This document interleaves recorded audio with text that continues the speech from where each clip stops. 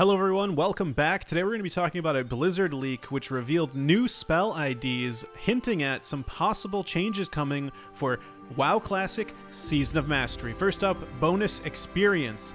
We don't know much about this, but potentially it's hinting at giving more experience to players based on quests completed that are elite. Things like Jintha Allure, the Trolls in the Hinterlands, for example, or Stromgarde in the Arathi Highlands. These elite quests, typically, most people I feel like don't do. It's hard to, find a group. You gotta find people for it. The quests are difficult. I think getting bonus experience for doing this would be an awesome change. Also, potentially getting bonus experience for doing dungeon quests. If you're a min-max WoW player, you probably know that doing dungeons isn't necessarily the fastest way to get to max level. It's probably much faster to go out and do your own thing, grind, do quests, whatever, depending on what class you're playing. But dungeons usually aren't part of the equation if you're really trying to get to max level as fast as possible, which in Season of Mastery will be very important considering Phase 1 is only 2 weeks, and then we already have new content after those 2 weeks. So, giving bonus experience to dungeons, I think, would be an excellent move on Blizzard's part to incentivize doing more dungeons, because I love doing dungeons. I think most people love doing dungeons as long as, it makes sense to do them. So, potentially we're seeing a bonus experience for doing dungeon quests, which could be exciting. There's also another bulk of spell IDs called Burst of Experience, which details the tooltip provides a burst of experience.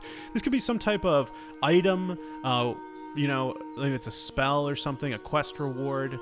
You complete a dungeon quest, it gives you an additional item called Burst of Experience. You use it to get that extra experience. Maybe you can save it for later. I don't know why you'd want to save it, but it could be kind of cool to implement something like this. So we have 2 so far, the bonus experience and the burst of experience. And then after that, we have a new spell ID called Relentless Dead, which the tooltip reads, cannot be slowed below 100% of normal speed, immune to snare. This potentially could be something that Blizzard is implementing in order to take a look at, like they said, at mage boosting. Now, as we all know, mage boosting is primarily Blizzard, which, is a area of effect slow, and if you were to give all creatures that are being AoE farmed Relentless Dead, it would completely nullify this, because besides Blizzard there's also Frost Nova, which is a snare, and so Relentless Dead would just make it absolutely impossible for mages to do any type of boosting whatsoever on anything with this spell on them, Relentless Dead. So Relentless Dead, we don't know for sure. All we know is that it is definitely going to make whatever has this much more powerful and absolutely immune to mage AoE farming. So this potentially could be something that we find on one of the creatures that Blizzard doesn't want mages to farm. However, what could be interesting is if a max level character enters a low level dungeon, all the monsters within the dungeon would get Relentless Dead.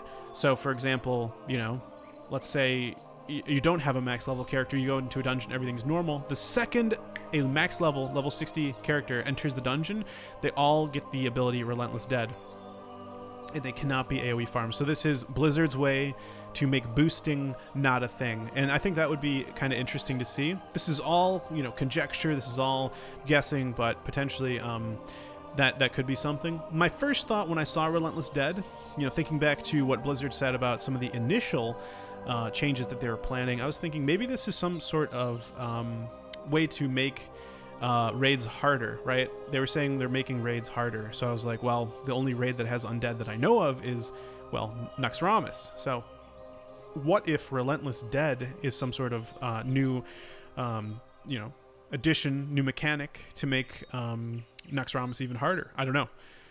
We don't know for sure, but it could be any of those things. Now, these next few changes are really, really exciting. We have one called Soul of Iron. If you're not familiar with the Iron Man playstyle in WoW, it's actually kind of interesting. Iron Man is basically a set of rules that make your game harder. You can't die, number one, of course. Otherwise, you're done.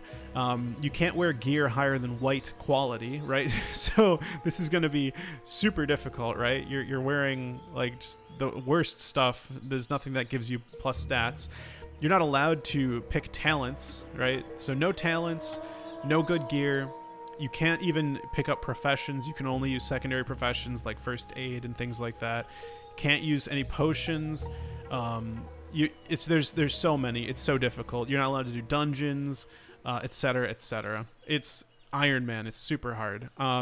I would be interested to see, like, if this is like you create a character, you opt into Iron Man game mode, and then now you have this buff on you called Soul of Iron, where the game automatically is imposing those restrictions on you, so you don't have to like memorize in the back of your head, oh, oops, I'm not supposed to do that type of thing. Like, they just remove your talent tree. They don't let you equip anything that's above white rarity, something like that.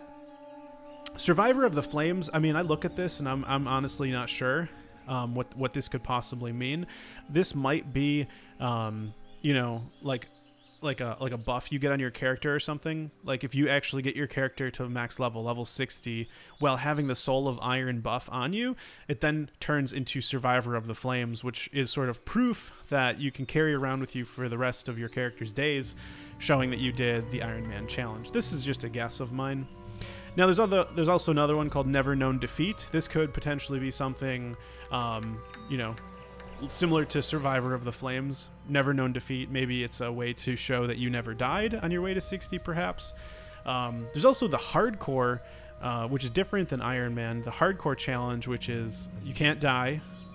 You can do professions and talents, but you can only, self-create your stuff. And then, of course, you can't, trade with anyone else. You can't group with anyone else. There's a bunch of rules. There's also the hardcore as well. So whether they do Iron Man or hardcore, maybe they'll do both. That would be cool. But either way, Iron Man and hardcore are both, if you die, you delete your character. So it'd be cool to see Blizzard actually like enforcing that. That's a big reason I'm not a huge fan of these game modes, is because it's all like pretend. If Blizzard actually created and supported some functionality for this, I think it would get a lot more popular, because there's probably a lot of people like me who like wouldn't mind trying it, but I don't want to like pretend that this mode exists when it doesn't, Okay, next one is Thousand Blades. I have no idea what this could possibly be. Thousand Blades.